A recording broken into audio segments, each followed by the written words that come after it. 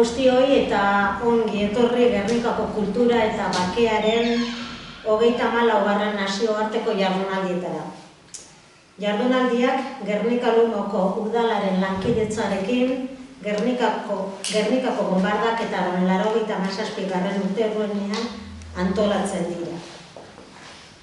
El 26 de abril de 1937, la Legión Cóndor alemana y las fuerzas aéreas italianas aliadas al ejército de Franco, sublevado contra la República Española, bombardean Guernica. Le anteceden otros bombardeos. Sin embargo, el de la histórica villa ocupa un lugar referente entre los ataques aéreos contra población civil. La denuncia de George Steer en medios de difusión internacional y el Guernica de Picasso, el lienzo más emblemático del siglo XX, lo convierten en el símbolo universal del horror de la guerra. El 10 de abril de 1987, en el 50 aniversario del bombardeo, el Parlamento Vasco acuerda simbolizar en Guernica 1. El homenaje a las víctimas del fascismo. 2. Ratificar el significado de la villa como símbolo de paz y democracia. Y 3. Establecer un centro de estudios por la paz para contribuir al logro de una paz emancipadora y justa a partir de la reflexión científica y vinculada al símbolo y a la ciudad de Guernica. Por eso, cada año las Jornadas Internacionales de Cultura y Paz. Este año le daremos inicio con esta sesión dedicada a la memoria. Hablaremos de la mano de 3 expertos que me acompañan, 3 expertos en la materia, con 3 títulos muy sugerentes. Del recuerdo del bombardeo de Guernica y otros bienes culturales. De la huella de Guernica en otras bonanzas culturales y barbarismos mercantiles. Y de los impases de la memoria. Uno de los autores, en concreto Kepa Fernández de la Rinoa, junto con Daniel Rementería Azúa, realizaron esta investigación, Bonanzas Culturales y Barbarismos Mercantiles, que publicamos en la serie Red de Guernica, las publicaciones que tenemos. Y se fue presentado hace 2 años en Guernica, pero en torno a este tema han venido Roldán Jimeno, además de Kepa Fernández de la Rinoa y Joseba Zulaika, reflexionando antes y ahora sobre estos temas, estas temáticas de memoria. Es importante mencionar además que hace 6 días se publicó en el Boletín Oficial del Estado el acuerdo del 13 de marzo de la Secretaría de Estado de Memoria Democrática, por el que se declara lugar de memoria democrática el espacio urbano de Gernika Lumo. Se destacan además, abro comillas, cito literal, siendo especialmente relevantes por encarnar los valores de la lucha por la recuperación y profundización de los valores democráticos, los siguientes bienes que formarán parte del lugar de memoria democrática ruta del bombardeo de Guernica.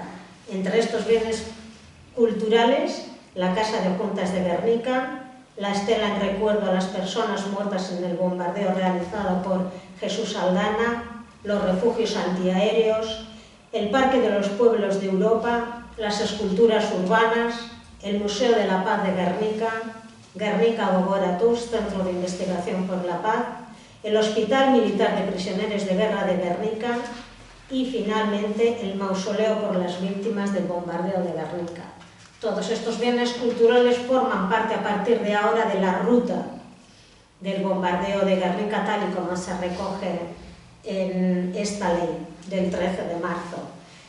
Quería mencionarlo también porque ha sido muy reciente. Se inició todo lo que es la propuesta y tramitación ya en el año 2023 y finalmente este 13 de marzo se redactó y fue recogida en el BOE el 13 de abril.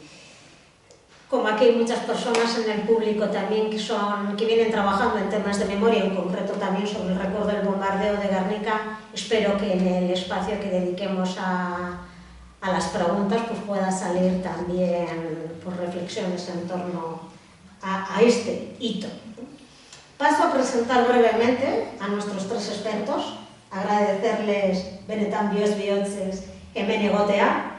Ez da bape erresa izan eguna topatzi, eurek hiruron artean adosteko bakarrik izan batzen bariku bat, eta arratzaldean, beraz bariku igual apurtzu betegun komplikatua da zerbait teiteko, baina pentsa dugu hobeto egitea, gauzenok biltzea eta horren inguruan hausnartzea kentzetan jarraitzeko.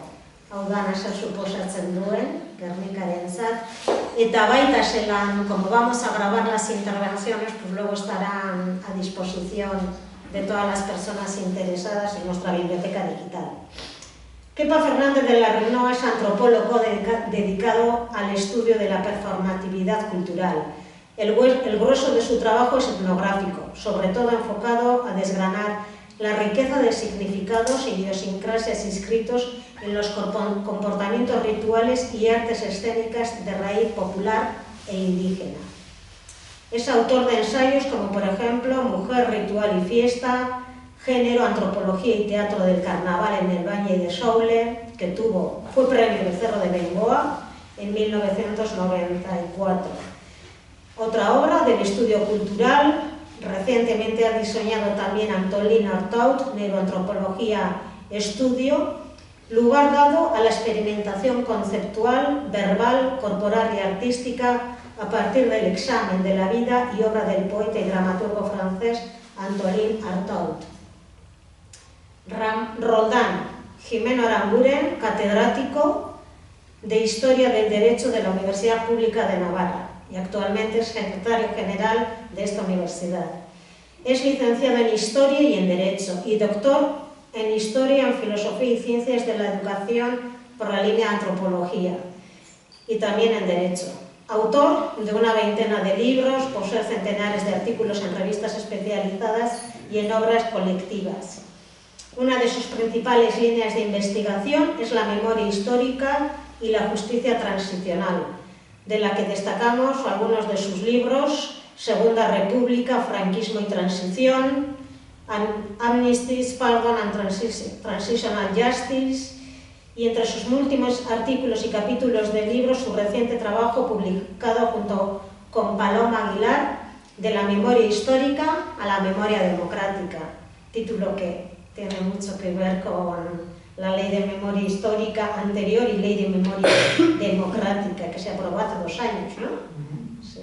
La evolución de las políticas públicas de memoria y justicia transicional en España, informe sobre la democracia en España 2022. Joseba Zuleika, antropólogo y escritor. Ha trabajado en la Universidad de Nevada durante 3 décadas.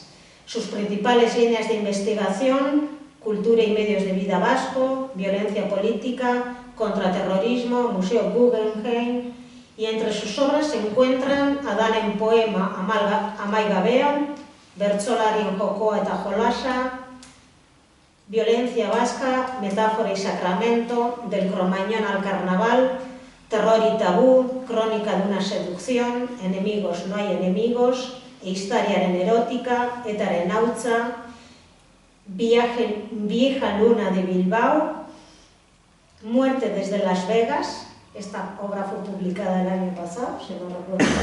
Sí, no, hace 2 años. La guerra de drones y la resistencia a la fantasía norteamericana. Y este otoño publicará Aberriaren inpaseak. Beraz ulertzen dut, memoriaren inpaseak puede ser como un adelanto de... Muy bien, hemos comentado que van a tener 20 minutos para su intervención.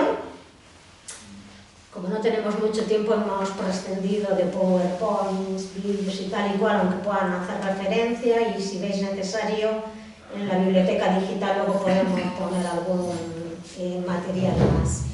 Y luego queremos abrir ya un diálogo con las personas que estáis aquí para que os podáis apuntar vuestras impresiones o aclarar algunas cuestiones de las que aquí se mencionan. Eskerrik asko hiru oroi, hemen egoteagatik, eta kepa, zeurea da hitza.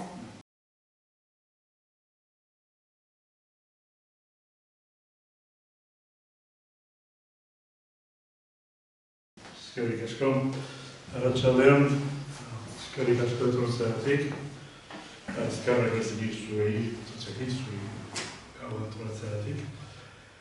Y creo que dijimos que se iba a hablar en castellano, ¿no? Ah, vale. Por si acaso, antes de empezar. Pues bueno, como lo he dicho, buenas tardes. Pues para mí es una alegría poder estar aquí. Primero, pues porque cogiendo el hilo del final de esta pequeña tertulia y el título de Joseba sobre el impasse, pues gracias a esta actividad o a esta charla, pues este libro va a salir de un impasse, porque lleva como 5 o 6 años que no se sabía muy bien dónde estaba, ¿no? Y qué camino iba a llegar. Y pues gracias al día de hoy, pues ese peso que llevaba pues la Joseba. También tengo que decir que este libro está escrito por 2 personas, ¿no? Una soy yo mismo y la otra es Daniel Reventería Reza, que no puede estar aquí porque tenía otro compromiso. Seguramente a Daniel lo conoceréis, los que estáis aquí, puesto que trabaja en este edificio y es para mí también pues, es una alegría estar aquí, sacar del impasse a esta publicación, acompañado de Joseba Zuleike y de Roland Jiménez. Joseba ha sido para mí un gran mentor. Si yo estoy en antropología, es gracias a Joseba, que fue el que me llevó a la antropología simbólica en esas profundidades, y entonces no sé lo que voy a decir únicamente ahora que me concedió mi formación en aquellos momentos de los años 80. Y a Roland Jimeno también, pues le quiero agradecer que esté hoy aquí, pues porque anteriormente hemos colaborado en distintos proyectos, distintas investigaciones, etc. Y hacía tiempo que no nos veíamos, siempre hemos mantenido la conversación y el contacto a través del email o del teléfono, pero no presencial. Entonces, como digo, pues para mí es agradable que hayan aceptado estar aquí conmigo por razón de este libro, que efectivamente, como ha dicho María, pues tiene su historia, ¿no? El podernos contarlo no ha sido una cuestión de organizar el día, sino también el año, porque la historia del libro, voy a contarla brevemente, nace de una investigación que se realizó acerca de esta memoria actual de lugares de memoria y de sucesos que acaecieron en puntos clave de la guerra civil, de la marcha del bando nacional hacia la toma de Bilbao. Entonces, entre las personas que formábamos el grupo, entonces 3, entre ellas Daniel, por supuesto, Dani, pues seleccionamos 3 lugares. Uno era Legutiano, Villarreal, Ochandiano, Ochandio, Ubidea, El Oso, toda esa zona y las historias de la guerra civil, además de la historia con mayúscula de la guerra civil, y como se estaba recordando antes de la supuesta democracia monárquica y después de ella. Entonces, este fue uno de los lugares seleccionados. El otro lugar seleccionado fue el Gueta, puesto que allí se había confeccionado y sigue todavía en marcha un museo de la guerra, en el cual tiene una línea expositiva y museográfica clara, muy marcada, mientras que en Villarreal había distintos proyectos según pueblos, distintas formas de hacer cosas, según batallones, según localidades y según ayuntamientos y fuerzas políticas a cargo de esos ayuntamientos. Y también Guernica, por el bombardeo y por otros lugares también de memoria. Entonces fue una investigación de un año de recogida de datos, de visitas, etcétera, entrevistas, y de esa investigación en los 3 lugares pues salió una especie de cuestionario comparativo, ¿verdad? Y había pues, Guernica un tipo de ambiente, un tipo de dinámica en la cuestión memorística.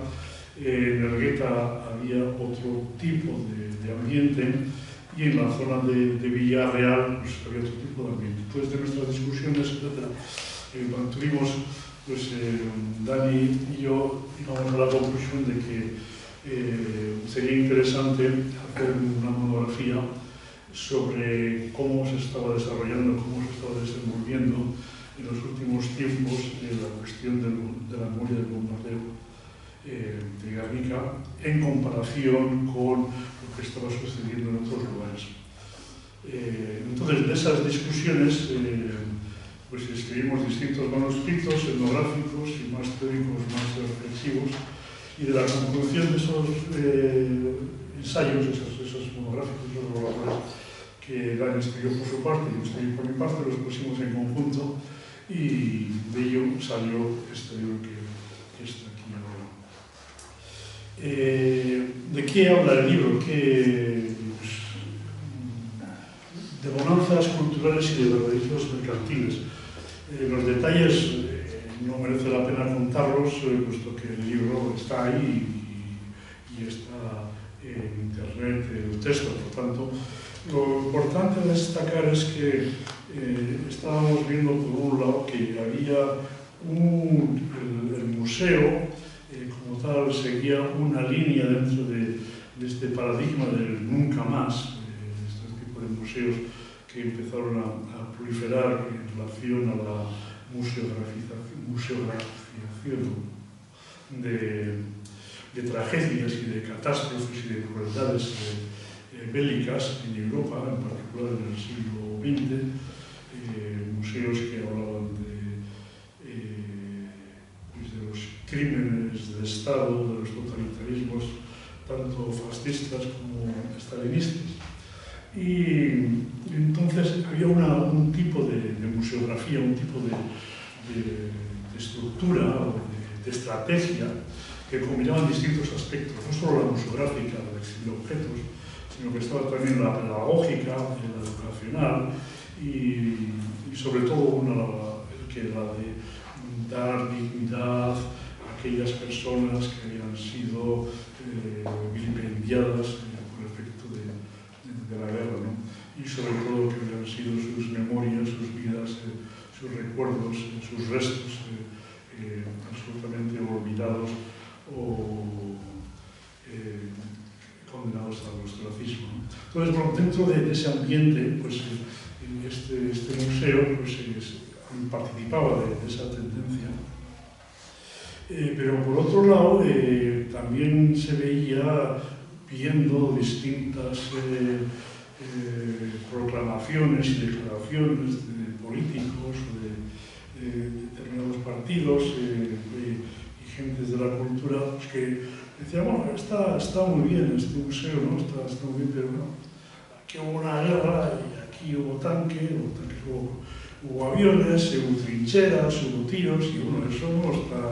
Aquí esto es un museo que está contando la historia del padecimiento militar, no lo vemos materialmente, ¿no? Es un museo que haga un proyecto de cara al futuro y no representa. Entonces, como poniendo en entresijo, poniendo en duda la pertinencia de esta línea que se estaba siguiendo y proponiendo otro tipo. A su vez también estaba la cuestión de que se estaba desarrollando una cosa que se llamaba la marca Guernica, en la cual estaba entrando o se veía un reflejo de esos parámetros del capitalismo último en el cual todo forma parte de una mercancía en la cual hay un sello de autor, la venta es algo que tiene un signo distintivo, una distinción en el sentido mercantil y gordiano también del término, ¿no? La conjunción de ambos. Entonces estábamos viendo esa cuestión y que tanto el museo como otro tipo de espacios relacionados con lo que sucedió en la guerra y con los sucesos y las conmemoraciones posteriores y lugares posteriores estaban formando parte de una especie de red de itinerarios visitables para las personas que pudiesen venir a Guernica y, por tanto, como un reclamo publicitario enmarcado dentro de darle un valor, poner en valor económico, entre comillas, entre paréntesis, la cuestión y los bienes culturales. Entonces, por un lado, veíamos que se estaba dando un proceso de patrimonialización de la cultura relacionada con los recuerdos o con los elementos materiales e inmateriales vinculados a la guerra civil, en particular al recuerdo del bombardeo de Guernica. Y a su vez eso concordaba con otras circunstancias, con el hecho de un turismo cultural y un turismo ecológico cultural vinculado a la biosfera de la declaración por UNESCO de Urdaibai en ese sentido. Entonces estábamos viendo que se estaba, digamos, patrimonializando el paisaje, en ese sentido, una patrimonialización de la historia arqueológica, prehistórica, contemporánea, histórica y política del país y su simbolización en Guernica, y se estaba, digamos, publicitando en el sentido de que la comarca necesita desarrollarse en cierta industria, etc. Y qué mejor que a través de una industria cultural. Y entonces apareció pues, la cuestión del Guggenheim en Urdaibai, y al igual que el Guggenheim sirvió como una forma de terciarizar una economía industrial y crear un tipo de paisaje en la ría de Bilbao distinto al que era, y en definitiva que ha servido por olvidar que la ría fue un lugar proletario y en los últimos años de luchas proletarias, de luchas obreras, pues resulta que la ría de Bilbao se ha convertido en un lugar para hoteles, de casas de alto standing, de paseos, de ocio, etc. Entonces, ¿hasta qué punto esa misma idea que se empezó a construir y funcionó en Bilbao, pues quería trasladar también aquí, digamos, urbanizando la ría a través de la estética y creando una economía de sector servicios cultural consumista dentro de este culturalismo capitalista último. Entonces, el libro va con distintos ejemplos hasta qué punto nos estamos comercializando las ciudades, comercializando los cascos urbanos, en ese sentido. Y la pregunta final era, bueno, hasta qué punto estamos en una trampa cognitiva, ¿no? Es decir, estamos un País Vasco que se considera progresista, que se considera de izquierda, parte de todo, por supuesto. Estamos en una campaña en la cual los que no son progresistas lo dicen con claridad, ¿no? Y los izquierdistas también lo dicen con claridad. Pero una imagen de izquierdismo, de progresismo, pero que funciona o que ampara unas políticas culturales y económicas neoliberales. Entonces, es un poco el argumento o la tesis del libro, ¿no? Por los ejemplos que se dan de aquí y de otros lugares, esa conversión de elementos del paisaje, de las vivencias personales y colectivas y de las luchas ecológicas, políticas, etc., se han convertido, han cogido una nueva carga para conducir un consumo, una economía de consumo de corte neoliberal. Entonces, esta es, digamos, la cuestión del libro, poniendo ejemplos de distintos lugares de aquí y de fuera. Y no sé si guardo no solo 20 minutos, pero creo que tiene cosas más interesantes que Roland y Joseba. Eskerrik asko, Fernando, jarraitu dugu rodan.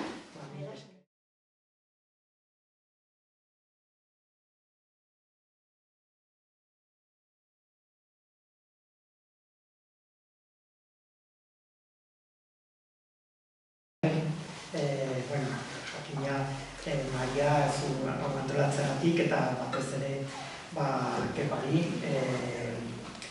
nik Kepak eskatzen didan eruzari ezin diot ez esan, maizua, dizkide handia daukadalako eta gainera kasu honetan plazerra oso onge izan da zerka liburu hau ezinbestekoa da nik uste.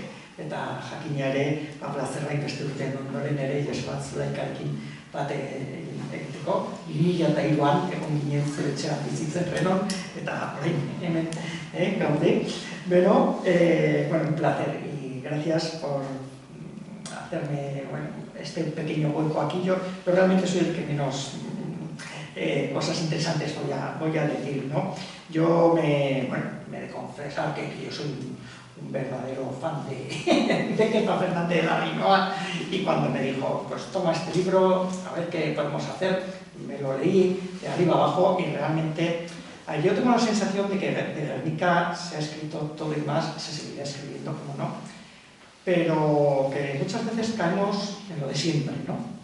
Y pocas cosas se suelen escribir así que nos llamen la atención y que desde luego despierten nuestra curiosidad intelectual. Yo creo que este libro pues, es un banco de ideas y es un aire fresco muy de agradecer.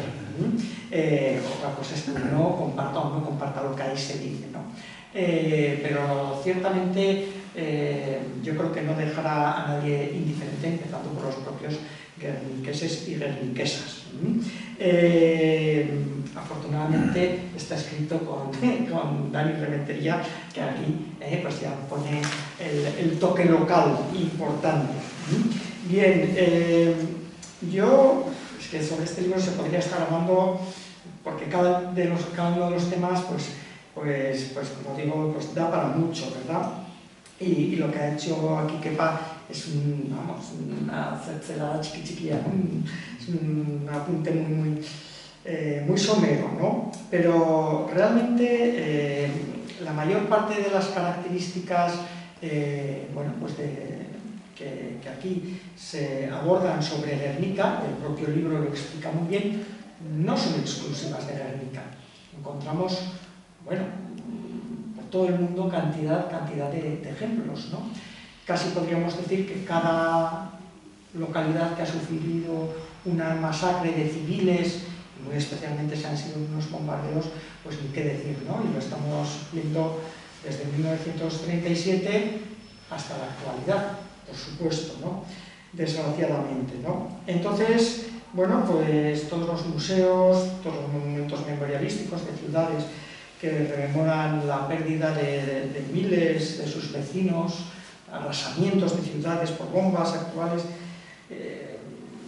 ese turismo oscuro que se genera allá y aquí, pues es muy común, ¿no? Bien, entonces yo una de las cuestiones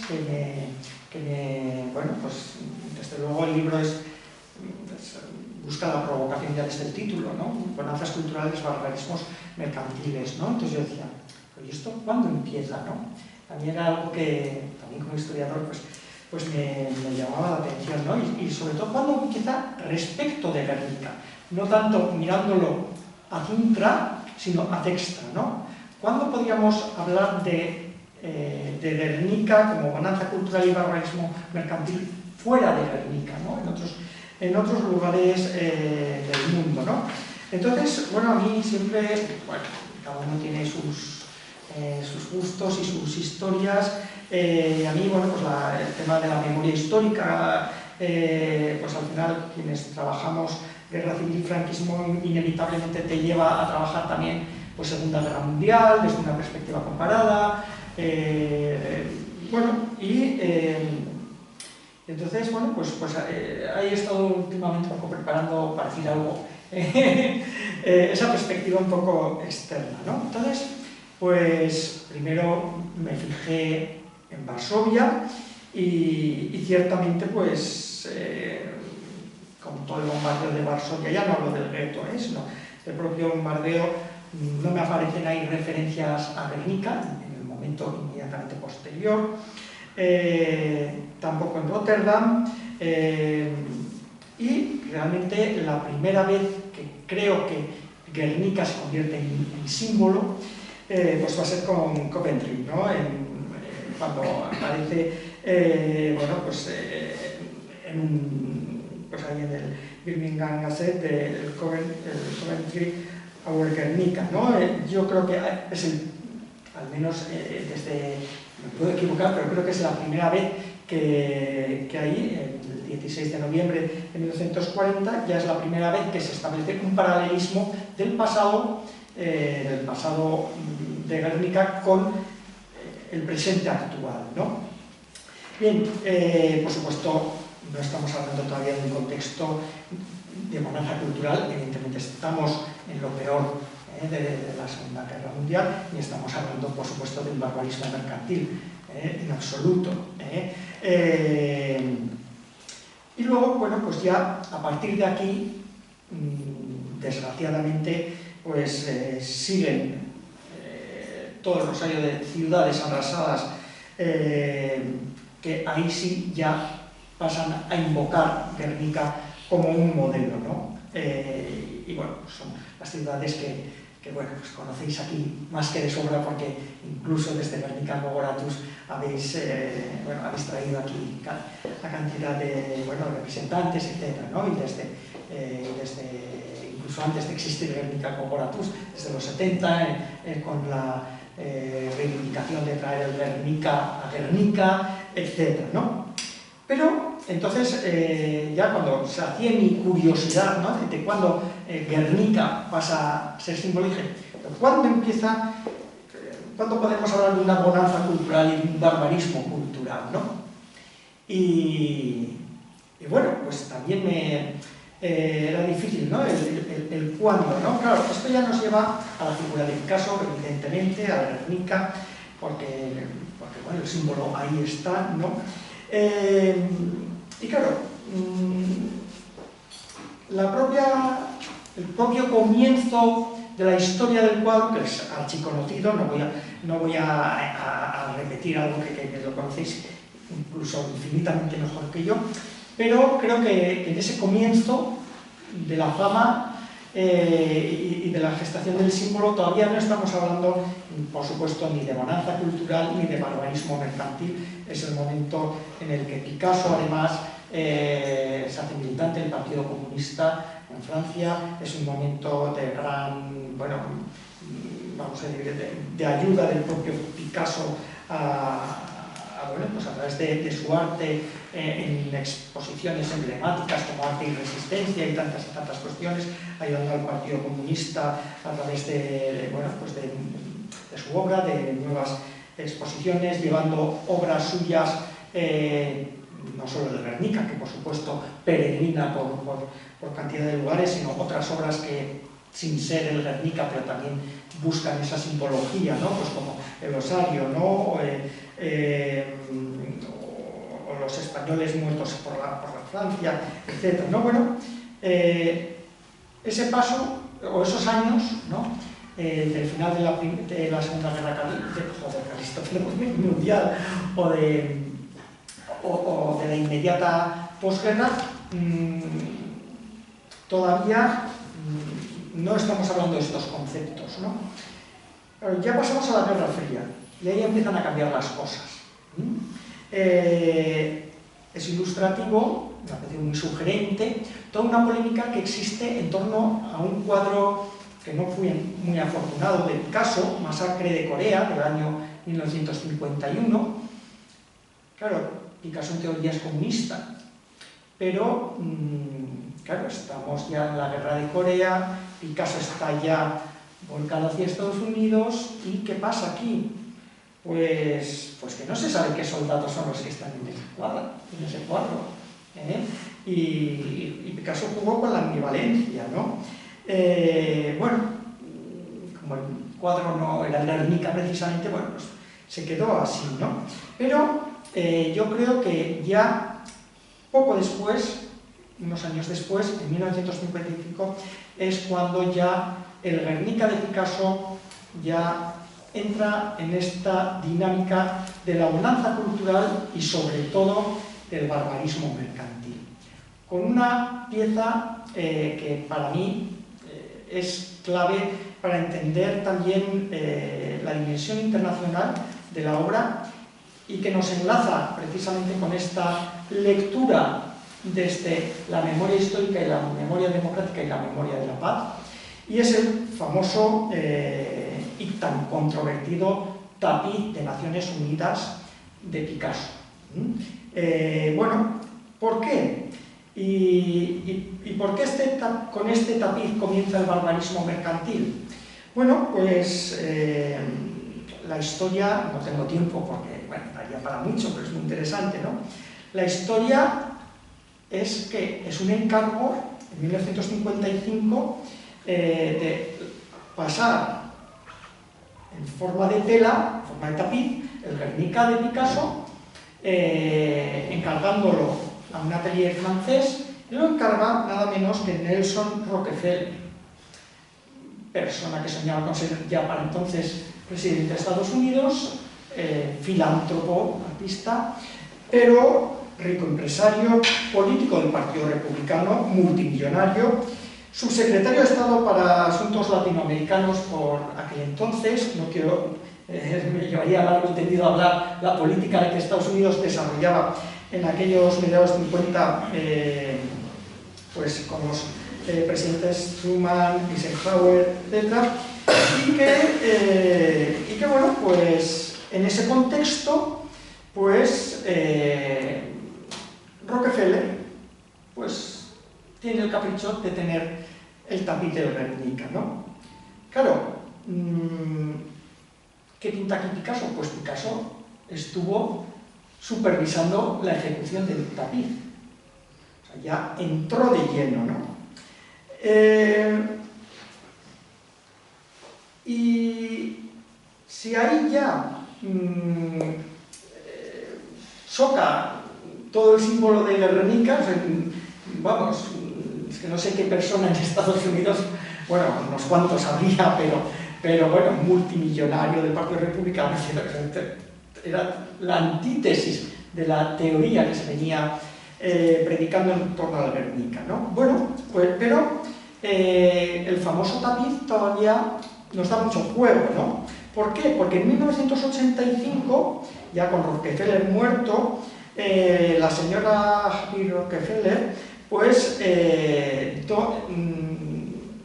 dona el tapiz, o mejor dicho, no es una donación, realmente es un depósito, la propiedad sigue siendo de los Rockefeller, pues a la ONU y nada menos que al Consejo de Seguridad. Van toda la familia Rockefeller en pleno, etcétera, ¿no? Y bueno, pues realmente pues nos encontramos con que ya a partir de entonces el tapiz de Rockefeller ya no solo en el barbarismo mercantil de origen, sino que todavía pues ya en la ONU pasa a convertirse en un símbolo objeto de polémica. Pero pues está la polémica famosísima de Colin Powell del año 2003, cuando el tapiz se tapó para no salir en las imágenes, cuando precisamente desde la administración Bush se quiso justificar la invasión de Irak sobre texto de que había armas de destrucción masiva, y ahí estaba el tapiz del Guernica tapado, con toda la polémica que supuso, o algo, y esto sí que ya es el barbarismo mercantil en época de bonanza cultural de la ONU, elevado al infinito, cuando en la página web de la sección, vamos a decir, de recuerdos de la propia Organización de Naciones Unidas, pues aparecía pues explicada la obra, el tapiz del Guernica, pues diciendo que era una protesta artística de Picasso contra las atrocidades republicanas durante la Guerra Civil Española. esto duró 3 años en la web de la ONU, en la parte, como digo, de bits, de recuerdos, en la tienda, vamos a decir, online de la ONU, ¿no? Y bueno, pues al final pues, alguien se dio cuenta y bueno, y esto apareció en todos los medios de comunicación habidos y por haber, ¿no? Bueno, y finalmente, ya la última fue en el 2022, antes de ayer, como quien dice, cuando, pues fruto de un pequeño restauración que tuvo la obra, pues regresó la obra aquí, a la ONU, y bueno, y como no, pues otra vez estaban los Rockefeller ahí, pues dando el discurso, ¿no? Bueno, frente a esto tenemos otros modelos, ¿no? Ya he dicho que fue en 1955 cuando ocurrió pues, este barbarismo mercantil. Pues ese mismo año, en Varsovia, precisamente, se celebró el quinto Festival Mundial de la Juventud y de los Estudiantes, y un pintor muy célebre, ya polaco, Van Gogh, hizo una copia del Guernica fiel. Este pintor luego ha tenido un recorrido pues, bastante notable allá, y bueno, pues fue uno de los carteles icónicos en aquella reunión. Quiero decir, lo que está pasando en Polonia era la antítesis de lo que era el Estados Unidos de 1955, ¿no? O, por ejemplo, en 1969, en Polonia, en Varsovia, se estrenó la obra de teatro de Guernica de Fernando de Arrabal, ¿no? Bueno, son, como se ven, dos mundos totalmente distintos, ¿no? Y ya acabo, que creo que me estoy alargando demasiado, con algo que también me ha llamado la atención. Podríamos poner muchísimos ejemplos, ¿no? Pero ya por traerlo también a la actualidad, ¿no? Bueno, la actualidad sería hablar de Palestina, creo, pero la actualidad que traigo aquí es en este caso la guerra de Ucrania, ¿no? Bueno, la solidaridad actual de Guernica respecto de Ucrania, de la guerra de Ucrania, pues ha sido pues, el hermanamiento con Irpin, un hermanamiento pues como bueno, pues, simbolizado evidentemente en Irpin, una de las ciudades pues, masacradas, convertida en símbolo porque es donde resistió tempranamente la resistencia de Ucrania y a muy pocos kilómetros de Kiev y por tanto tal, bueno, ciudad por otra parte arrasada, etc. Y luego también pues, otro de los ejemplos importantes, actuales, ¿no? de Guernica, pues ha sido pues, el traer en acogida a chavales y chavalas de Mariupol, ¿no? Bien, no me interesa tanto ver esa parte, ¿no? que creo que tiene, bueno, pues que ha tenido réplicas porque esto ha sido bastante frecuente, gestos de este tipo con motivo de la guerra, ¿no? Pero lo que más me ha llamado la atención es el silencio absoluto que tanto en el conjunto del Estado español como muy especialmente en Euskal Herria ha tenido un hecho que desde luego sin mediar la guerra de Guernica la guerra de Ucrania hubiese sido noticia del Teleberri sección cultura, por supuesto que aquí los principales periódicos del país hubiesen recogido. ¿Y cuál es? Pues una noticia que solo la conocemos por la agencia de noticias rusa que está en internet. O sea, yo me he enterado por internet preparando aquí esto. Y es que se ha enviado desde aquí, desde Vizcaya, unos retoños del árbol de Guernica, con certificación del presidente de las Juntas Generales, pues a San Petersburgo, nada menos. Allá fue el asedio de Leningrado, hoy San Petersburgo, fue la mayor masacre de civiles de la Segunda Guerra Mundial. La ciudad estuvo rodeada por tropas del Tercer Reich y por tropas de Finlandia durante casi 900 días y bueno, pues los habitantes no podían recibir en este caso alimentos. Bueno, total, que murieron alrededor de 1 millón de personas. Es la masacre de una ciudad mayor que hay. Bien, pues allá hubo unos niños entonces republicanos de la guerra, los niños de la guerra, que se suelen llamar, ¿verdad? Que fueron evacuados a la Segunda Guerra Mundial, que lo reclamó Franco, pero que el Estado soviético no los dio. Bien, y pues una sesentena de esos niños, ya no niños, lucharon en el sitio de Leningrado, para que no fuese tomado, evidentemente, por las tropas nazis. Bueno, pues en enero de 2024 se han mandado las plantas allá, y aquí no nos hemos enterado de absolutamente nada, ¿no?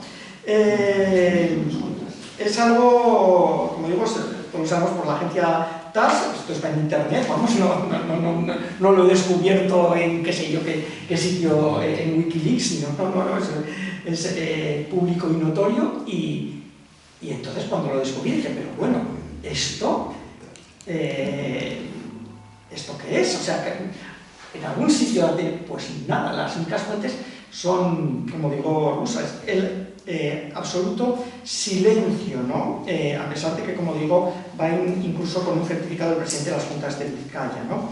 Bien, evidentemente yo creo que la razón es política, ¿no? No es un silencio inocente. En definitiva, la memoria histórica pues es selectiva. Y es selectiva también para Guernica, desde Vizcaya y a muchos miles de kilómetros de Vizcaya. Todo esto se me ha ocurrido gracias a la lectura del libro de Kepa y de Dani. Eskerrik asko, Roldán. Fíjate que el tapiz de Guernica en Naciones Unidas, ¿no? Cuando en el 2003 hicimos una iniciativa, una campaña desde distintas organizaciones aquí de la villa que veníamos trabajando en temas de cultura de paz y memoria. Una postal para enviar al entonces secretario de Naciones Unidas, Kofi Annan, donde en euskera, castellano e inglés reivindicábamos que se descubriera el Guernica de nuevo para que se viera el mensaje de paz, ¿no? Del horror contra la guerra que había.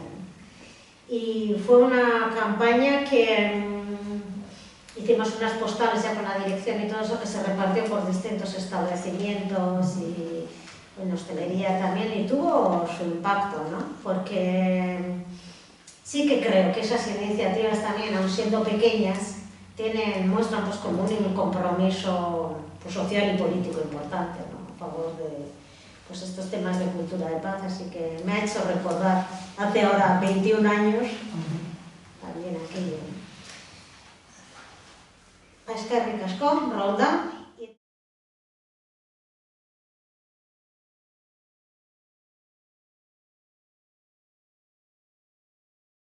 Eta orain, Joseba, zeure txanda. Mil esker konbinazioagatik, mil esker Kepa, ezin izan honi, pesado. Eta eskerra zuei etortzearen da noiz. Bueno, pues, como ha dicho María, yo he escrito este ensayo sobre los impases y entonces estoy un poco obsesionado con él. Y este ensayo sobre el impás surge del hecho de que he vuelto, después de haber estado 30 o 40 años en el extranjero, he vuelto y he tenido que aprender a ser vasco de nuevo. Esa cosa de que dónde vuelvo. Y vamos, ya partido de realidades muy concretas como en qué idioma escribo, que acostumbraba allí siempre a escribir en inglés. Empecé a escribir en inglés, pero al año dije, pues he escrito sobre Italia, tengo que escribir en euskera.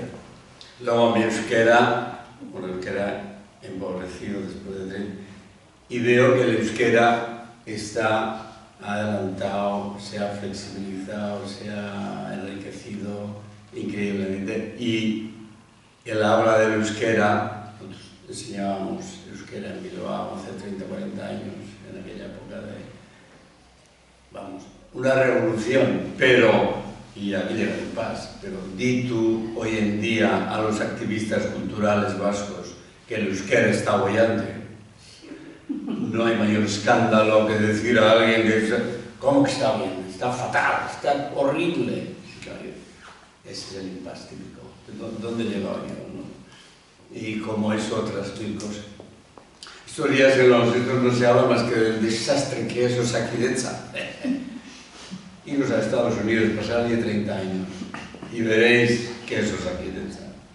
Sí, lo que se dice en inglés, too good to be true. Es demasiado bueno para... Y yo he dicho esta frase mil veces a López, como que todo esto y sin pagar un euro. Y no es que no hemos conocido hospitales, que he sido hospitalizado un par de veces y ambulatorios. Es de no creerlo, vamos. Too good to be true. Está fatal, está horrible, está... Entonces, este impasse de dónde estoy yo.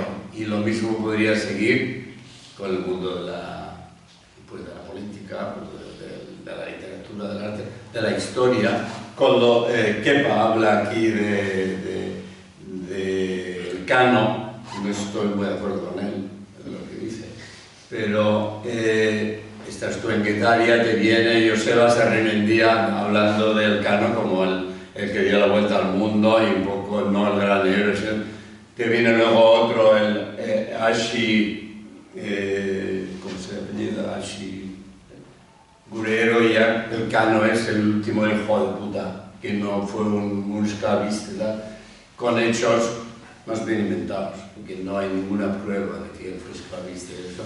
Pero estás en el pueblo y el mismo personaje es de estás en un impasse. No digo nada en la política, ¿no? Nosotros, los que somos de la generación de ETA, y aquí viene Guernica, ¿no? Los que somos de la generación de ETA hemos vivido el mundo de la revolución, del puro antagonismo, la guerra, la lucha armada, el sacrificio. Hoy en día ves tú a Bildu en Madrid o a Bildu aquí y aquello no es que desapareciera de todo, pero entonces yo le llamo esto una situación de impasse en el que, pero yo no miro negativamente al impasse. El impasse es el lugar en que de posibilidades en que tú estás analizando y para mí puede ser bastante más positivo que un mero antagonismo. Tienes un lugar, un espacio de reflexión, un espacio de resistencia, pero estás en lo mismo en la identidad, en la cultura, en mil cosas, el arte, en la literatura. Entonces, en este mundo, bueno, pues uno de mis... Vengo aquí a Guernica, ¿no? Y para mí, claro, este es un lugar sagrado, ¿no? Si hay un espacio sagrado, pues es este, ¿no? Y al mismo tiempo, vamos, toda esta historia de ETA, de resistencia, de revolución, es lo que a mi generación ha supuesto tanto sufrimiento, pues era en parte en memoria de Guernica, en reacción a Guernica, porque vivíamos el significado de Guernica y lo hicimos cuerpo y vida y sacrificio. Y en esta situación, al mismo tiempo, bueno, pues, lo que ha pasado esta semana con Ochandiano, ¿no? Ahí estamos con esto de Bildu, y claro, tiene que decir que toda esta generación de ETA fue terrorismo. Si no es terrorismo, ¿qué es? Y ahí es donde la memoria es utilizada de una forma muy concreta, es donde vienen mis impases.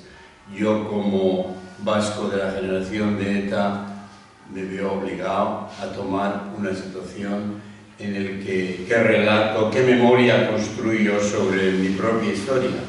Entonces, hay todo un esto político que me está obligando a decir que aquello es terrorismo, o si no, pues... Pero esa obligación, o me recuerda a Rubalcaba, ¿no? Cuando dijo, hemos ganado la guerra, pero no vamos a dejarles a estos que ganen la paz. La situación esa, ¿no? Es decir, que los de ETA, ahora los de Bildu, no vaya a ser que con la paz de ellos cojan, que es lo que se está temiendo, que es lo que parece que de algún modo se está preveyendo, que no gana la paz. Entonces, ¿qué es lo que necesitas para que siga la guerra? Pues la memoria. Necesitas memoria, aquello fue terrorismo. Que diga que es terrorismo. Pero claro, los que fuimos de esa generación en nuestra subjetividad, en nuestros comportamientos, bueno, tuvimos nuestros problemas morales, eso, pero no era para nosotros terrorismo o solo terrorismo, no era solo esto, ¿no? Y hay, yo como antropólogo, en mi situación, cuando yo escribí sobre esto, era un poco la situación de que la antropología es fundacional en las instituciones que estudió James Fraser, etcétera, donde en situaciones concretas de las culturas africanas, el mismo personaje era a la vez el sacerdote de la tribu y era asesino. Para que se renovara la realeza, el rey, que estaba ya viejo y sin fuerzas, el que tenía que sustituirle, tenía que retarle a un duelo, le mataba y era el rey. Así es como funcionaba la sociedad. Era sacerdote y asesino a la vez. Yo puse este paradigma un poco, porque yo aquí en Vizcaya, cuando andaba por Mendata, aquí en Música con los versolaris, yo veía, si Cristo estuviera hoy en día sería de ETA. Yo he ido sobre los versolaris de aquí de Música, de aquí a unos kilómetros. Es decir, en la historia de esa violencia fundacional que hace que los héroes militares sean asesinos y héroes que sean. Entonces, hay esa ambivalencia sobre el crimen, que la antropología es fundacional. Y a mí me recuerda mucho, me acuerdo mucho yo de Wittgenstein, cuando precisamente sobre Fraser, que para él estas tribus africanas eran en el fondo unos bárbaros, eran asesinos, mataban para... Wittgenstein, que escribió, leyendo eso, Fraser, el gran antropólogo británico de Sillón, es más salvaje que los salvajes de los que escribe, porque no se da cuenta del sentido de esos rituales, de esas violencias, no se da cuenta. Y a mí me parece a veces, ante escritores y eso, que se ríen de este sacrificio de nuestra generación, de eso, somos bárbaros que nosotros, en el sentido de Wittgenstein, ¿no? No se dan cuenta del sentido de lo que fue aquel sacrificio, ¿no? Es decir, esta memoria que viene es una memoria problemática y es una memoria en impas para mí en el sentido, bueno, pues ochandiano, cuando en esa entrevista, entre otras cosas, dijo, y tengo aquí anotado, ¿no?, que ETA es un ciclo político afortunadamente superado, dice, y rechazó que reciclar un escenario que ya no existe. Estaba en contra de eso, porque dijo, no podemos anclar este país al pasado. Es decir, quiere ignorar la memoria, quiere dejar la memoria porque ya sabe que eso, esta ambivalencia que tenemos nuestra generación, que por una parte hicimos pero hoy en día está tan tabuizado que casi preferimos, y lo mismo diríamos de la parte española, ¿no? Es decir, España tiene sus tradiciones, su memoria, su nación, su Estado, ¿ya? Pero dile a la derecha española que tenemos una ley de memoria histórica, la memoria histórica que va a vaciar el Valle de los... No quiere ni saber hablar de memoria. Es decir, tenemos este impasse en cuanto a... Bueno, y es un impasse que aquí en Guernica, bueno, pues a mí, no sé, si tú, para alguien como yo que he estado fuera, no hay un tema más rico para hablar sobre los vascos que Guernica, que Picasso, pero al mismo tiempo Guernica, bueno, pues como insinúa Kepa y Roldán, tiene sus esto, ¿no? Yo por ejemplo, cuando estuve escribiendo sobre esto para el libro que escribí de Bilbao, una cosa que me llamó la atención a mí es contrapuse Richthofen, que era el general alemán que bombardeó, y a Itapachi, que fue mi confesor cuando yo era pasionista y al que yo le quería mucho. Y los dos estuvieron aquí en Guernica. Itapachi estaba abajo recibiendo las bombas con su cruz, etc. Y lo que me llamó la atención es cómo en el corazón del simbolismo de Itapachi estaba el simbolismo del nazi en buena parte. La cruz es el símbolo de los aviones Luftwaffe, es la gran cruz que tienen los alemanes. La suástica es nuestro laburo, exactamente, y los del PNV tenían la suástica en un principio, y cuando los nazis cogieron la suástica, el PNV le dio el laburo eso de los redondeles, pero era el mismo. Y el árbol nuestro, el roble, el Richthofen, Hitler le dio a Richthofen sus decoraciones por el bombardeo de Guernica y el resto, era una rama de roble. Es decir, el mismo simbolismo de cruz, de suásticas, de robles, y hasta la misma mitología de Thor, la mitología de eso, que es muy alemana. Y nadie como los alemanes, los antropólogos y los lingüistas alemanes se interesaron por la cultura vasca, y hasta por Guernica, antes del bombardeo, los antropólogos hablaban del árbol de Guernica. Es decir, hay como una ambigüedad en este compartir símbolos, claro, entre Itapachi y Richthofen, utilizados diametralmente de forma opuesta, pero es ese simbolismo cristiano. Bueno, a mí me da este recuerdo de los impases en ese sentido, ¿no? Y luego yo a Kepa le noto también esta ambivalencia de que frente a una memoria traumática, ¿qué es lo que ha sido para nuestra generación, una memoria traumática, y para los artistas que, en fin, los Aresti, que hablaba de Guernica, Nere Evangelioa izango da, y Otero hablaba de Guernica, y Oteiza, Chillida, todos ellos, ha sido algo vivido traumáticamente, y la memoria traumática es una memoria que no se concreta. Entonces, Kepa el hecho de que esta misma memoria se museifique, se haga espectáculo, etcétera, como ha dicho Roldán, el hecho de que el Picasso de Guernica, que para Picasso, él decía, si le arañáis un poco saldrá la sangre al cuadro, era una especie de sacramento para él. Luego, cuando viene del extranjero a la Casona y luego a Reina Sofía, era sin más una cosa desacralizada, digamos, convertido más bien para atraer a turistas. Era una cosa que había perdido. Pero no.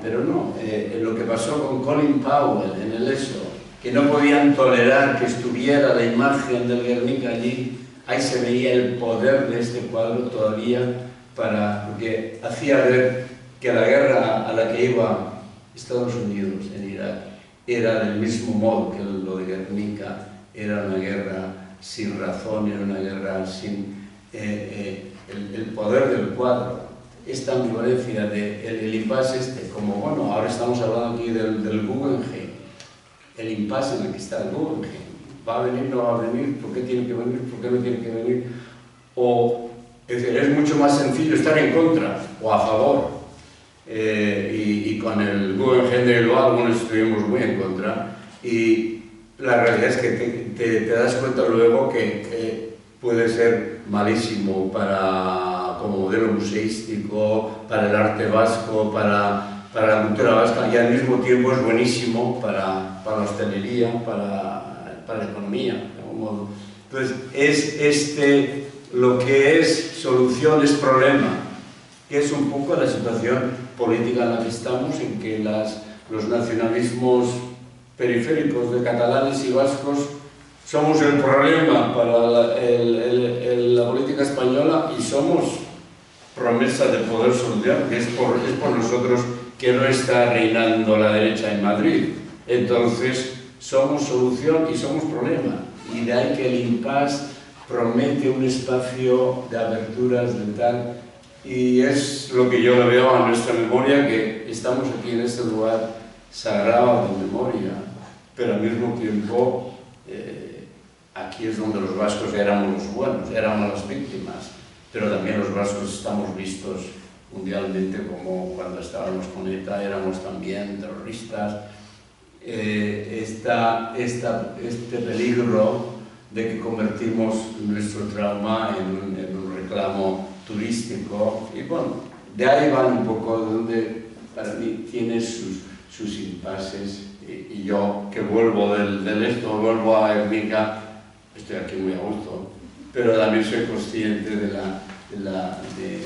pero yo creo que si en algo los vascos tenemos derecho a un lugar de memoria, es aquí, ¿no? Y de ahí lo de Picasso, y también el resto, lo de Chillida, lo de Moore, para mí son grandes, es lo que dan sentido a por qué tenemos que reivindicar nuestra identidad, nuestra cultura, nuestra euskera, que ha hecho de esto la realidad que es, porque es por el simbolismo profundo del Guernica que tuvo tal resonancia mundialmente. El mundo respetó este simbolismo, esta identidad vasca, que entonces ese es nuestro tesoro, un tesoro que hay que cuidarlo sin pervertirlo, claro. Esa es mi posición. Eskerrik asko bebai Joseba.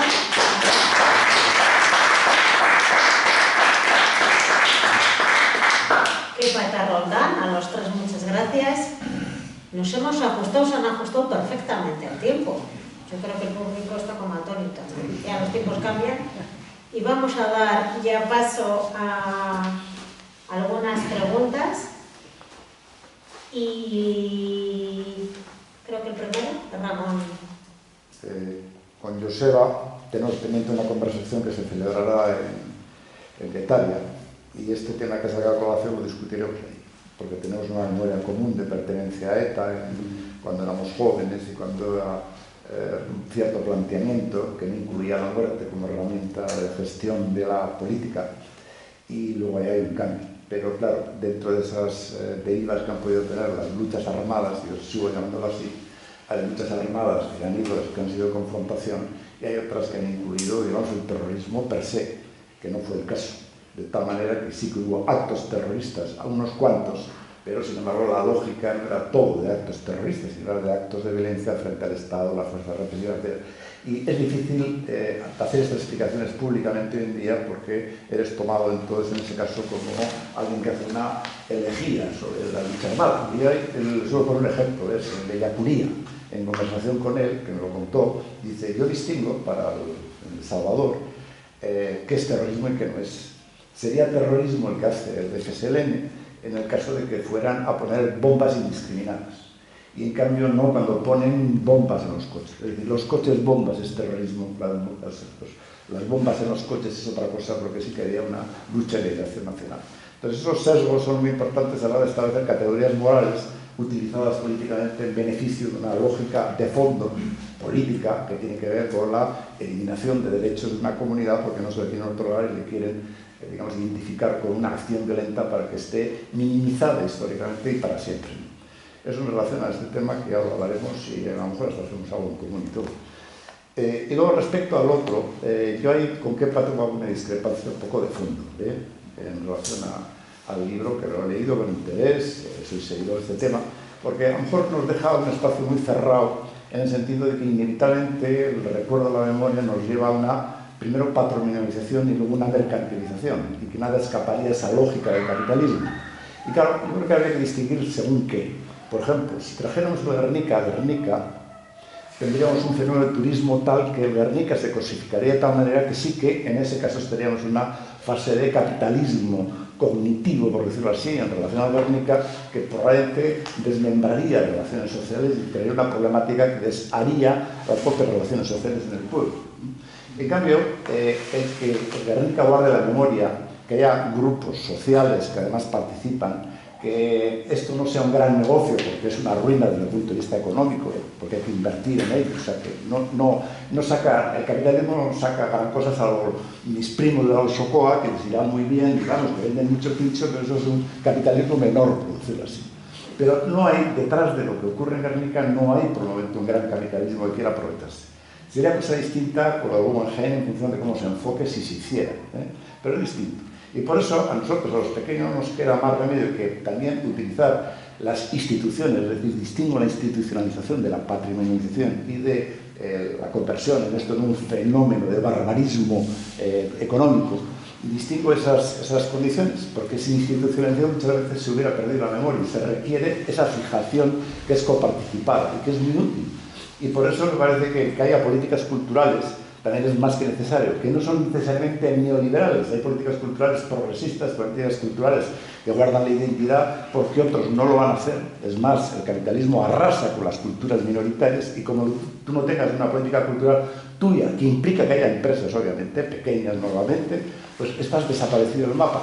Por tanto, esa confrontación de capitalismo versus memoria auténtica de lo cultural, pues yo creo que no funciona así, sino que funciona con lógicas donde hay que saber cómo leer para que podamos arbitrar medidas que permitan cultivar la memoria, mantenerla, que sea parte de nuestra propia memoria, no caer en sesgos económicos brutales y que tampoco las instituciones se apropien de la memoria que es colectiva. Por lo tanto, hay cuidados a hacer y eso suele depender de que haya sociedad civil, de que haya controles y que no sea un gran aparato memorialístico bárbaro pensado para el turismo, sino pensado más bien para recrear una memoria que tiene que estar presente y la queremos contar a los vecinos que nos visitan. Por eso, creo que cabe funcionar esos intersticios. Sí, yo, a diferencia, por ejemplo, de EHK, que piensan que todo lo que hagas en el mundo es o capitalismo o lo contrario, y entonces todo lo que haga el vanguardia del capitalismo es importante que luchar contra el capitalismo. No, creo en medidas concretas, en políticas culturales, en hacer un plan estratégico para Guernica y Urdaibai, en cosas que minimicen los impactos de un capitalismo que si no sí te lleva por derivas que tú no deseas. Y por tanto cabe la organización social, los partidos, para que hagan autodefensas concretas para minimizar costes y avanzar en direcciones correctas, tanto en economía como en cultura. Es una opinión. Sí, yo creo que el libro no está planteando una cuestión contra otra cuestión, sino que yo creo que está remarcando esa ambivalencia de significados y esa ambivalencia de contextos. Todas las situaciones se están dando a la vez. Lo que en el libro, entre otras cosas, se quiere subrayar es que además de esa sociedad civil, etcétera, existe un marco cognitivo en desarrollo, un caparazón en el cual las cosas están funcionando. Es decir, yo no sé si nos acordamos de estos análisis marxistas antropológicos de Maurice Godelier cuando hablaba de la distinción entre formación económica y modo de producción. Es decir, que tenemos unos modos de producción que pueden ser de subsistencia, etcétera, pero tenemos una formación social que pueda funcionar distintos modos de producción y a su vez enmarcar esos modos de producción de forma distinta. Pues el análisis quizás del Estado azteca en su momento decía, bueno, los sistemas de comunicación económicos, culturales, etcétera, locales se mantienen, pero el modo, la formación social y la ejecución es absolutamente distinta. Y entonces yo creo que en este libro se quiere llamar la atención sobre esa cuestión. Hasta qué punto bueno, ese caparazón está ahí y que funciona en cierta manera filtrándose. Esto no quiere decir que la sociedad civil no proponga otras cosas. De hecho, en algunas partes del libro se habla de cómo la sociedad civil dice una cosa y dice otra cosa, etc. Yo creo que esa ambivalencia de significados es lo que lo que se está resaltando, que además de significados culturales, además de significados familiares, hay también significados económicos, ¿no?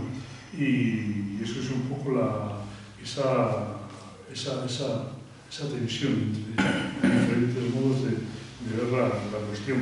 Y que hay una tendencia clara por parte de instituciones y de discursos a que sea así. El caso del Elcano, lo que se analiza como el resto son imágenes culturales, ¿no? Hechos históricos.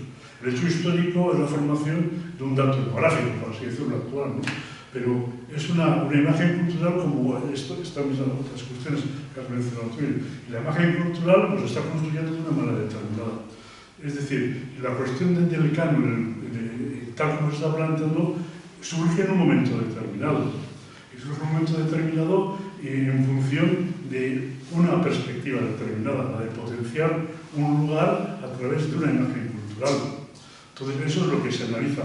Las distintas versiones que sustentan una imagen cultural ambivalente. ¿Y qué es lo que hace que esa imagen cultural, siendo ambivalente, con distintos significados, adquiera una determinada en un contexto determinado?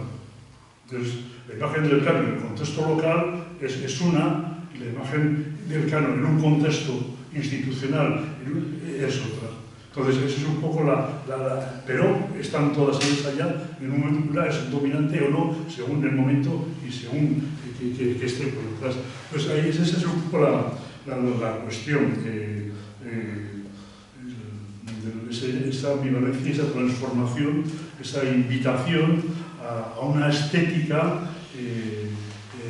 consumista, porque evidentemente pues, las organizaciones sociales, locales y civiles tienen sus propuestas, ¿no? Y sus puntos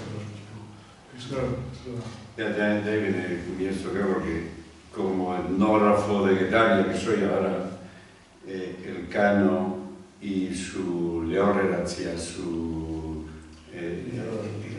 traerlo cada 4 años de eso, que así se ríe de ello como una tontería. Resulta que en el pueblo, que es un pueblo de arrozales y donde no hay familias sin náufragos, Elcano vuelve como un náufrago, con harapos, con su vela, cumpliendo.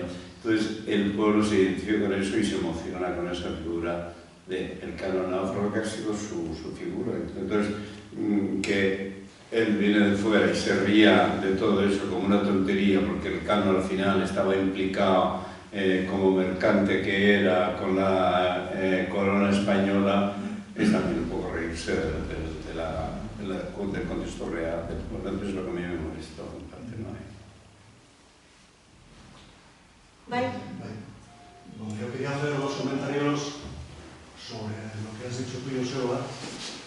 Uno rápido sobre Osakidetza, ese impasse que has tenido.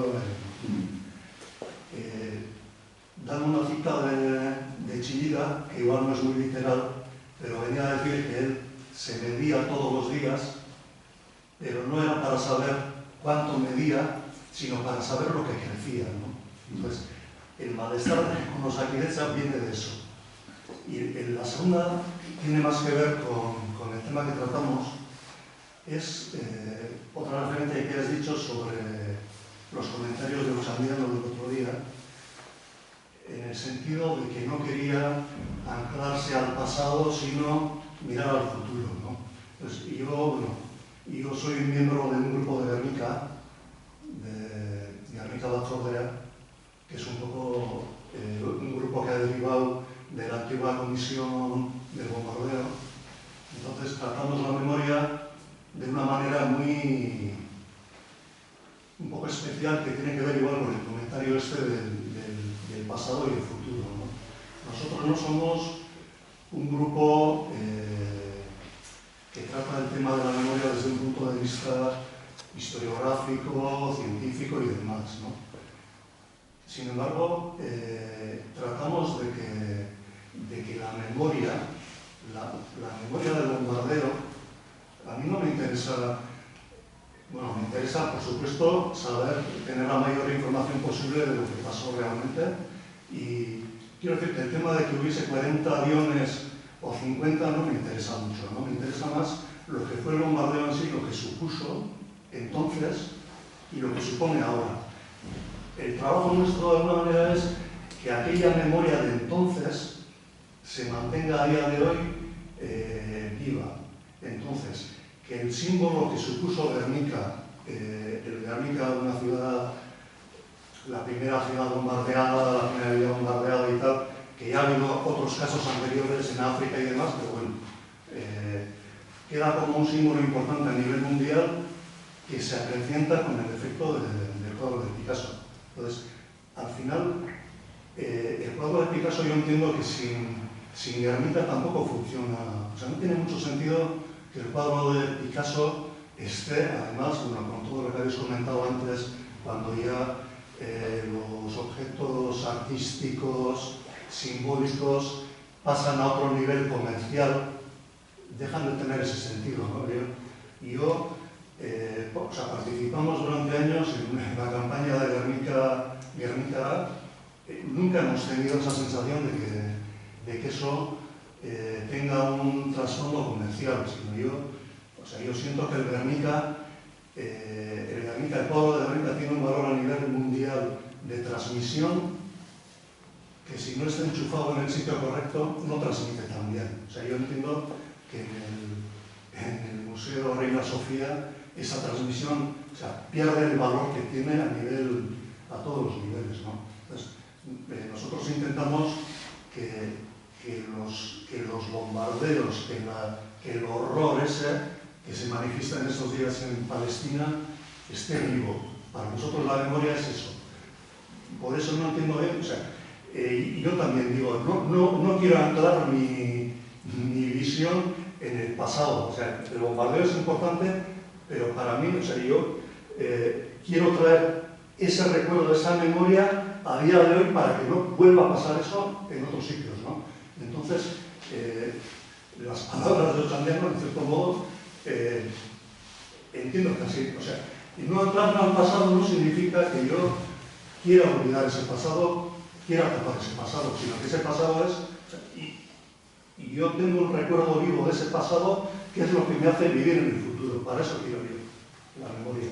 A mí la memoria no me interesa, como estabais hablando antes, de que se ha aprobado una ley a nivel estatal sobre bienes culturales y demás, y se habla de Guernica, de monumentos de Guernica que yo ni he visto, o sea, ni he visto ni me importa en ese sentido ni nada. Para mí eso no es, que tiene una relación tangencial con la memoria de Guernica y no, o sea, no quisiera que la gente venga a Guernica de un paseo y mire el mausoleo en el cementerio, el no sé qué, no sé. Creo que cuando vengan a Guernica vean una cosa y vean el horror que pudo haber, eso, no como un recorrido y en un sitio como un pincho de tortilla y en otro, o sea, no entendemos que la memoria y lo que Guernica quiere transmitir al mundo sea eso. Yo un poco al hilo también, al hilo por contraponer algunas ideas o por aportar las ideas, ¿no? Claro, nos lleva a un debate muy interesante, de la memoria para qué, ¿no? Y yo creo que ese es el central, ¿no? Y lo que hay es un paradigma dominante de memoria que es que está más basado en una violencia como cultural, ¿no? O sea, que acaba sirviendo para eso, ¿no? Y a partir de ahí, pues claro, el funcionamiento es diferente. Yo quiero una memoria del bombardeo de Guernica que cambie esa visión, ¿no? Entonces ahí tenemos muchas narrativas diferentes de memoria, ¿no? Y vosotros las habéis traído y están en el libro, ¿no? Y pues no sé, por la memoria del vencedor, por la memoria del perdedor. O sea, digo que también cuando estás planteando la memoria del perdedor y ahora yo como me reinterpreto, claro, mi generación pues no tiene tanto ese problema, o la generación de Sara pues tiene otros problemas, ¿no? Entonces, las preocupaciones que tenemos sobre nuestras vidas pues también están determinando un discurso. Pero yo creo que no tenemos que seguir poniendo tanto el foco en esa memoria del vencedor o en esa memoria del perdedor, o en la memoria para el negocio, ¿no? Que lo mismo, ¿no? Esas memorias a mí no me interesan tampoco. O sea, digo, las memorias para el negocio pues no me interesan. Pero entiendo que son las dominantes, ¿no? Y el tema es cómo podemos evitar que esas memorias para el negocio de un acontecimiento histórico, ¿no? Pues alimenten ese discurso hegemónico de la memoria, ¿no? Yo creo que hay otras, ¿no? Tengo también mis pegas con la memoria traumática. La memoria traumática también se puede dar diferentes araqués. Lo que podemos compartir pues es la no repetición. Yo esa creo que es una memoria que ya está construyendo futuro. Pero también la memoria traumática también se puede utilizar para la revictimización y para justificar también la cultura de la violencia. Entonces, con la memoria traumática tenemos, o sea, digo que yo entiendo que es una narrativa que puede tener una función pedagógica para construir un futuro mejor, ¿no? Pero también tenemos que tener un poco de cuidado.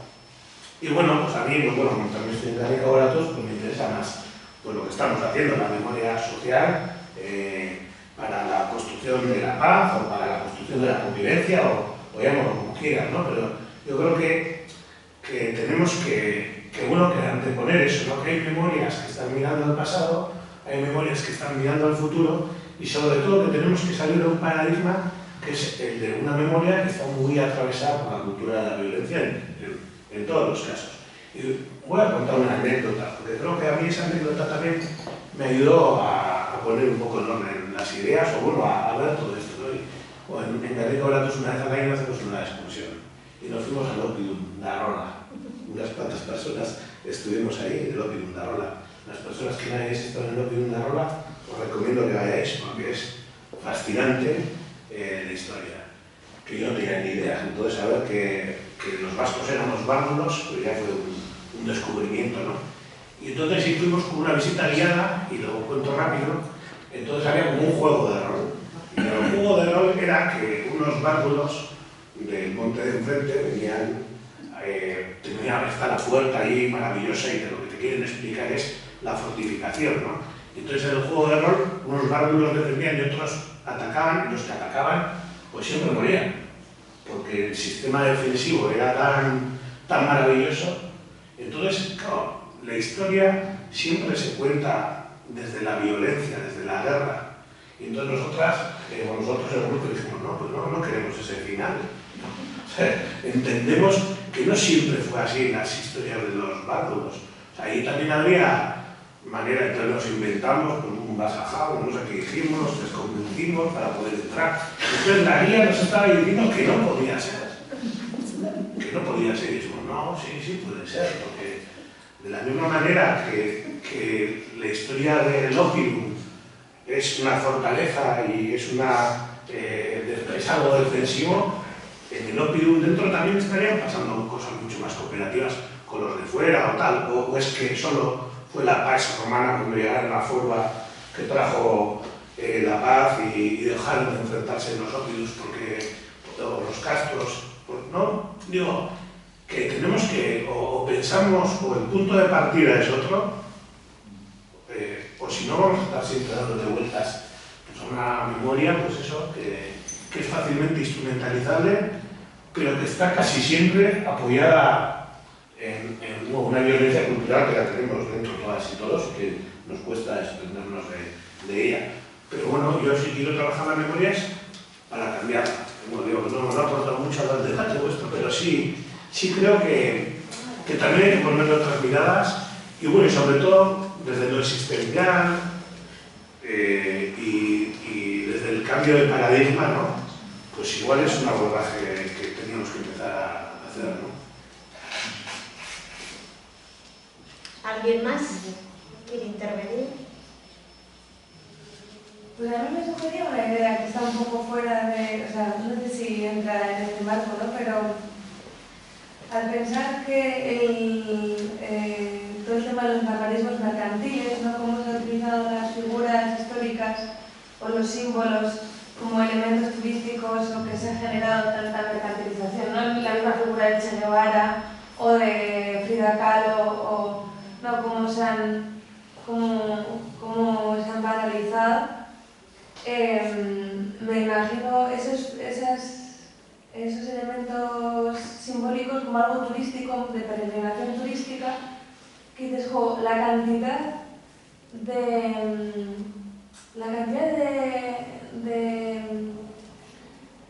recursos fósiles que se están gastando para esas migraciones o esas peregrinaciones que están generando guerras, ¿no? Como la de Mozambique, que estamos también ahí cerca a través del Guernica Gogoratos, que me nace como, bueno, es un peregrinaje para la paz, pero estamos fomentando la guerra a través de esos viajes, ¿no? O sea, me generaba ese pensamiento cuando hablabais del Guernica y cómo podría ser un elemento bueno, pues de que podría generar muchísima gente viendo a Guernica y una gentrificación probablemente, ¿no? No sé, me generaba como esa dicotomía o ese impasse, ¿no? Del que también habéis traído, que es otro impasse, ¿no? El ambiental a la hora de peregrinar a ver esos símbolos turísticos o turistificados o mercantilizados que supuestamente transmiten la paz, pero que son también utilizados pues, de una forma aleatoria, como se han contado las perspectivas históricas. Entonces, no sé, me nacía eso también, el tema ambiental como está ligado a la turistificación y la gentrificación, que también genera guerra, ¿no? Aunque sea con un fin de paz. ¿Queréis comentar algo antes de...? Es un tema difícil de resolución, muy difícil, que desde luego la clave no está en Guernica, es un problema universal, ¿no? Quien ha estado en Berlín, por ejemplo, y ha hecho el típico tour turístico que te lleva por los lugares más, bueno, vamos a decir, emblemáticos dentro de la historia, sobre todo, por ejemplo, del final de la guerra. Una de las cosas que más te llaman la atención es que uno de los lugares más visitados, paradójicamente, es un parking. ¿Por qué? Porque es donde estaba el último, vamos a ver, cuartel general, donde estaba el propio Hitler y donde se suicidó. Y bueno, ya sabéis que el cuerpo de Hitler se lo llevaron y ya no se sabe dónde está, ¿no? Pero precisamente arrasaron con todo, construyeron unas viviendas, unos bloques de viviendas, con un parking delante. Eso es lo que uno ve. Pero todo turista que se precie mínimamente va allá para que le expliquen esta historia. Hay hordas y hordas y hordas de turistas yendo al parking con el bloque de pisos alrededor, donde en teoría era el lugar de la no memoria, se ha convertido en el lugar de la memoria por antonomasia. Y yo creo que esa sería la paradoja máxima, ¿no? de este tema, ¿no? Bueno, y ya con lo que es el suicidio del propio Hitler, ¿no? Entonces, bueno, pues ¿cómo solucionas eso? ¿No? Por supuesto, tiene que en los alrededores pues ya están todos los puestos turísticos, etc. ¿no?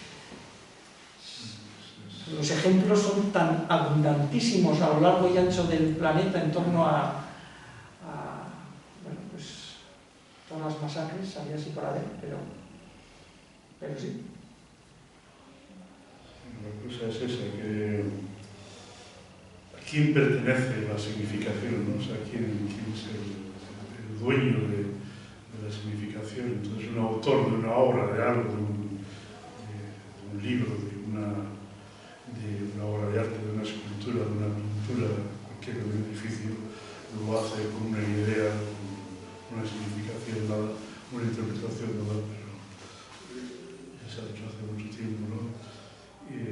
Una vez que eso se libra, adquiere las significaciones que den otras personas, otros colectivos, entonces aparece ese juego de significaciones y bueno, y de lucha por la significación. En el caso concreto de la lucha por la memoria, la lucha por cuál es la memoria, ¿no? Cuando eso como tal no existe. De hecho, si fuésemos incapaces de olvidar, no podríamos existir.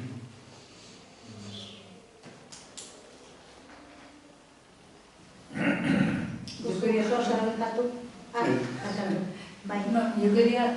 sacar un poco a colación el tema de la memoria para quién, ¿vale? Y con qué equilibrio y con qué profundidad, ¿no? Porque siempre cuando hablamos del turismo, etcétera, siempre lo vemos como esa parte en negativo, ¿no? Porque siempre lo vemos como de masas y casi descerebrado, ¿no? Y también existe ese turismo, pero también es verdad que mucha gente viene a Guernica no en masa, sino descerebrado porque quiere más profundidad en eso que ha aprendido, ¿no? Y hay mucha gente de Guernica, de otros sitios, que tiene poca profundidad en eso que sabe de esa memoria. Entonces, por eso digo que ese equilibrio y ese para quién y cómo, lo difícil es encontrar ese equilibrio que no haga que se pase de una cosa a la otra de una manera así como muy, ¿no? Es que hay muchísimos riesgos en cómo se hace, ¿no? Y nosotros mismos estamos diciendo que cuando vas a Berlín, pues que nosotros mismos siempre, o sea, seguramente nos hemos apuntado a ese tour. Igual para analizarlo o destrozarlo, decir cómo me está diciendo el guía esto, ¿no? Yo lo hice como turista raso. Soy el primer pecador. Pero bueno, también como turista con interés en saber sobre el tema, ¿no? Sí, Entonces, claro, es que cómo... Sí. Muy bien.